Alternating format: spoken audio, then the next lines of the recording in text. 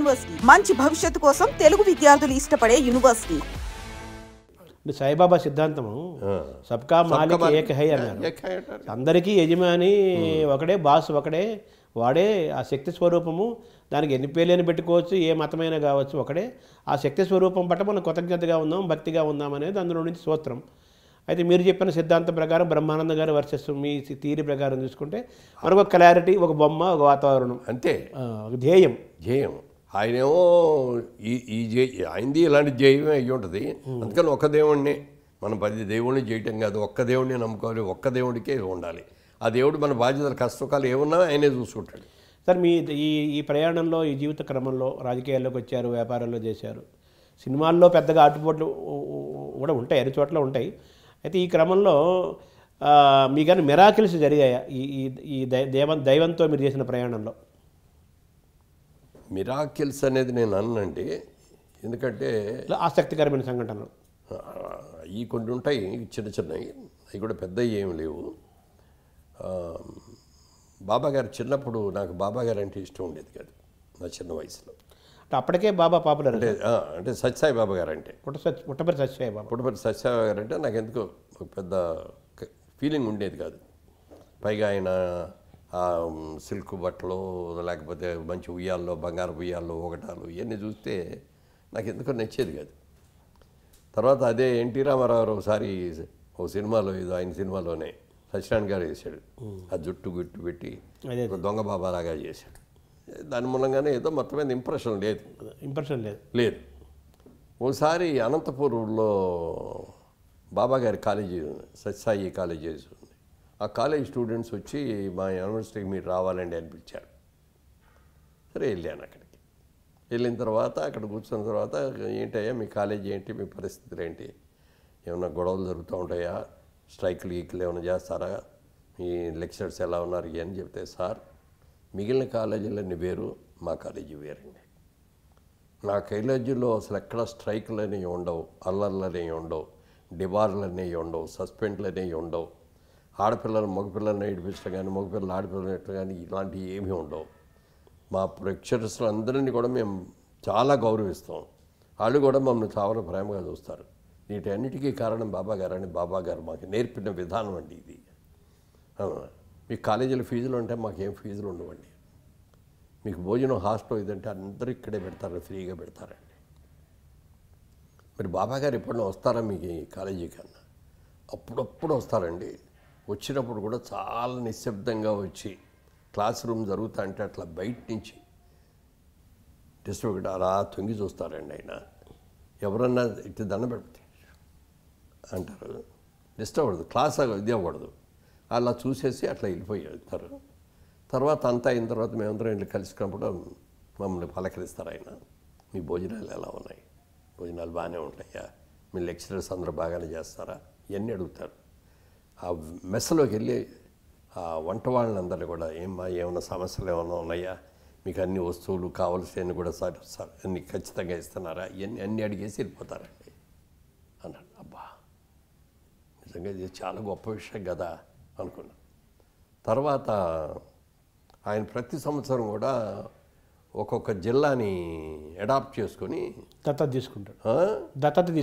తీసుకొని దానికి తాగునీటి సౌకర్యం ఫ్రీగా మొత్తం ప్రతి గ్రామానికి చేసేయడం.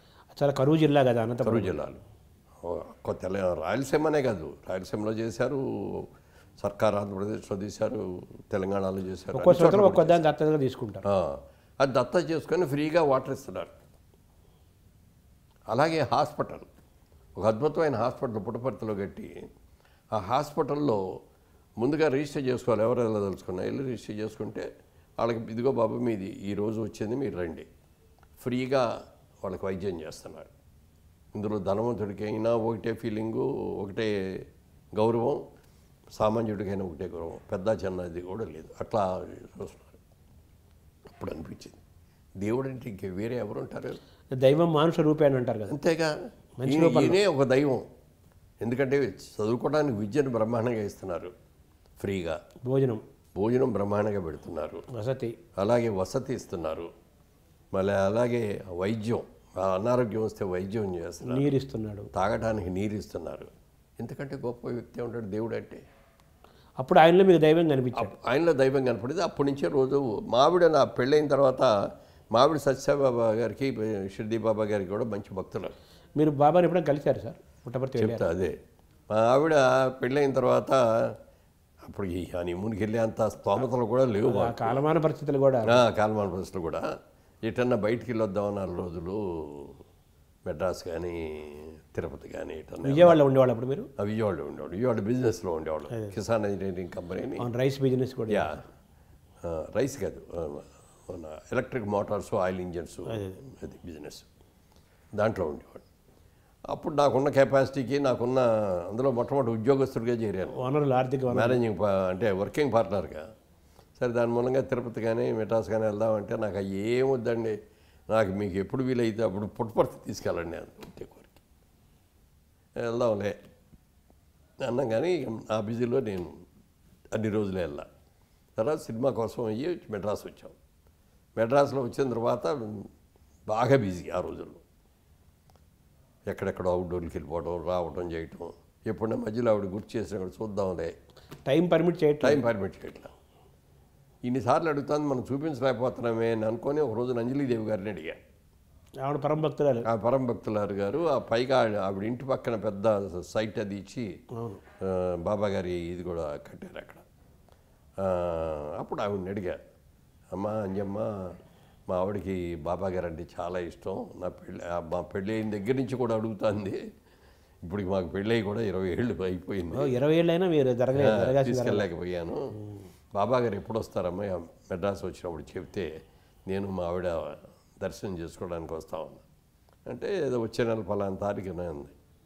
ముందు రోజు కూడా ఆవిడ ఫోన్ చేసి, మురళీమోహన్ గారు మీరు చూస్తా అన్నారు కదా, బాబు అనేది ఆవిడ, నన్ను మురళీమోహన్ గారు అనేది కూడా, బాబు నువ్వే బాబా గారి దగ్గరికి వస్తా అన్నావు కదా నువ్వు మీ ఆవిడ, రేపు రండి, మన ఇంటి పక్కనే ఇది అక్కడే ఉంటారు, పెద్ద ఇదిలా ఉంది, పెద్ద దాన్ని ఏమంటారు, ఆశ్రమంలో కట్టారు, చాలా పెద్దది, అక్కడికి రండి అన్నారు. వెళ్తే వెళ్ళగానే అందరికి నేల మీదే కూర్చున్నారు. ఎండలో లేదు, నీడ లేదు, ఏం లేదు, అందరూ ఒకటే ప్లేస్, ఒకే ఇది లైన్లుగా కూర్చున్నారు సిస్టమేటిక్గా. ఎవరు నోట్లోంచి మాట బయటికి రాట్లా, ఎవరు అట్లా ధ్యానం చేసుకుంటూ కూర్చున్నారు. లోపల బాబా గారు వచ్చారు. అట్లా అంటున్నారు, ఎవరికైనా నచ్చిన వాళ్ళకుంటే ఇట్లా అని విభూతిస్తున్నారు. అలా నడుచుకుంటూ వచ్చారు మా దగ్గర కూడా. రాగానే అలాగే చూస్తున్నాం. ఊరినే ఒకసారి అలా చూశారు అని వెళ్ళిపోయారు. ఇంటికి వెళ్ళాక మా ఆవిడని అడిగాను, తృప్తిగా ఉందా అని. తృప్తిగానే ఉంది, కానీ ఎక్కువసేపు చూడలేకపోయాను. ఆవిడకి విపరీతమైన ఇది అనుకున్న తర్వాత ఇక్కడికి మెడ్రాస్ షిఫ్ట్ నుంచి హైదరాబాద్ షిఫ్ట్ అయిపోయాం. షిఫ్ట్ అయిన తర్వాత ఒక రోజున అంజలీదేవి గారు ఫోన్ చేశాడు. అన్న ఎక్కడున్నావు? అమ్మ హైదరాబాద్లోనే ఉన్నాను. అదే బాబా గారు నాకు సీరియల్ తీయటానికి అనుమతి ఇచ్చారు. నాకు పర్తి బాబా, షిర్డీ బాబా అని చెప్పి పేరుతో మేము తీస్తున్నాం. అది దాంట్లో ఒక క్యారెక్టర్ నువ్వు కూడా చేస్తే బాగుంటుంది అనుకొని ఫోన్ చేశాను అంది.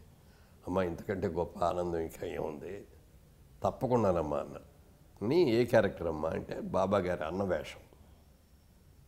బాబా గారి అన్న వేషం అంటే చాలా మంచి వేషం. అంటే అన్న తమ్ముణ్ణి బాగా ఇది చేయడం కోసం బాగా కోపడి తిట్టి, కరణం సుబ్బమ్మ గారు ఒక ఆవిడ అన్నగారు, ఆయన బాబాని బాగా నడిపించిన వ్యక్తులు అని అంటే తప్పకుండానండి అన్న. అంటే షూటింగు పుట్టపర్తిలోనే బాబా. అలాగేనమ్మా